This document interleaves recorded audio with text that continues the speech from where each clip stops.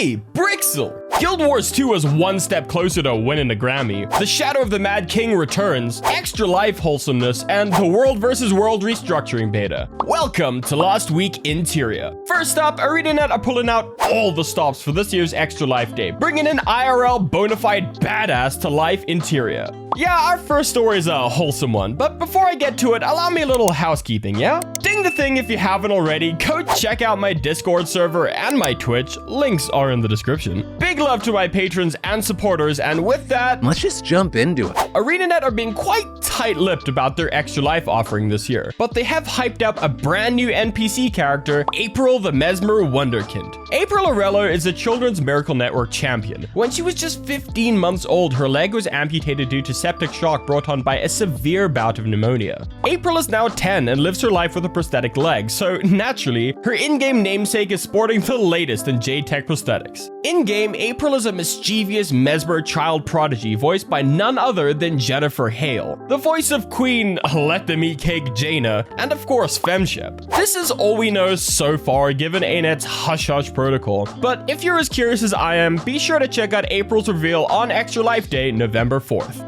Moving on. So, award season is looming ever closer, and Guild Wars 2 is one of 70 games to have made it onto the first ever Grammy longlist for Best Video Game Soundtrack. Lead composer McLean Deemer tweeted out, "Well friends, we made it past the first stage and are officially on the long list of nominees for the Grammys." Deemer went on to clarify, "This doesn't mean it's a final nominee. There is a large group that end up on the long list. That gets whittled down to a short list, and then the final nominees will be announced in November. So good luck to ArenaNet." Huh, this might be the first time I watch the Grammys for a reason other than to cash in on the bets I made guessing what nonsense Kanye gets up to. Next up! Yeah, you heard me right earlier, the Mad King is back in Tyria, and would you believe it, he's up to his old shenanigans again. But hey, don't worry about it, the Brick's here and I got your back. Yeah, everyone's favorite festive event is returning, the Shadow of the Mad King. Longtime Guild Wars 2 fans probably already have their candy corn farming plans in place, but for those new to Tyria, statistically quite a few of you, ANET released a super helpful guide on the Guild Wars 2 Steam page. Along with explaining just how one gets into the Mad King's realm, the guide also does a fantastic job of covering everything available in the event, which admittedly is a fuck ton. So let's count down some of the major events together. First up, the Mad King's Labyrinth!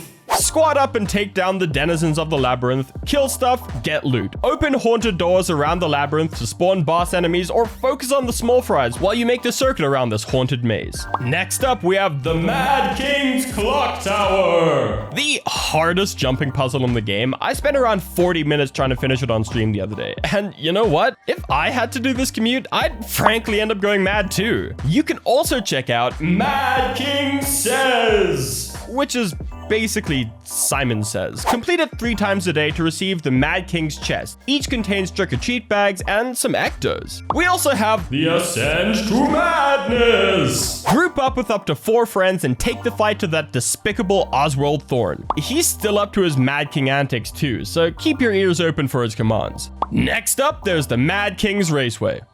Sorry, I meant the Mad King's Raceway and the Labyrinth Race. Speak with a lunatic boatmaster to enter one of the Mad King's many mount races. Even if you don't own a mount, you'll find rental mounts available by speaking to the Mad stable hand nearby. So yeah, go check out the Mad King's content. It's free to all players, there's a ton of lols to be had, and the Mad King gets off seeing people repeatedly fail his clock tower, so win-win. There's still more festivities at large, including something for those of you with an inclination towards PvP. The Lunatic...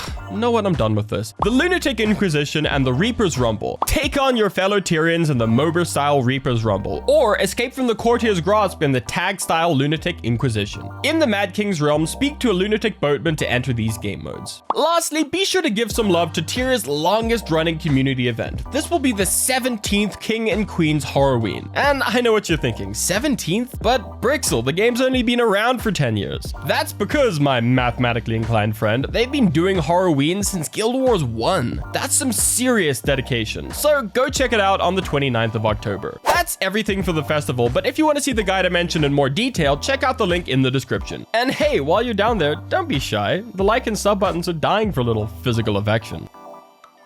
On to the last story. We're closing with a quick one, the latest slew of World vs. World Restructuring betas. The latest beta is live and, amongst other things, implements alliances. Alliances are made up of multiple guilds or groups of players as opposed to the current server versus server system. A pretty good workaround, at least in my opinion. For those of you who haven't tried World vs. World yet, yeah, the imbalances are pretty obvious sometimes. Facing off against a far more dedicated, far more World vs. World focused server can be a little overwhelming. The idea here is to sidestep that problem, though it remains to be seen just how well it's all gonna go down in the end. If you want to check it out for yourself, now is the perfect time. Some sick cosmetic rewards are on offer for those participating, so you got no excuse not to sink your teeth into one of the game's most underrated modes. Now, I want to end this episode a little differently, so bear with me. I'd really like to take the time every month or two to shout out some smaller Guild Wars 2 content creators, like myself. People who are clearly putting in the work, deserve the recognition, but just haven't gotten that big break yet.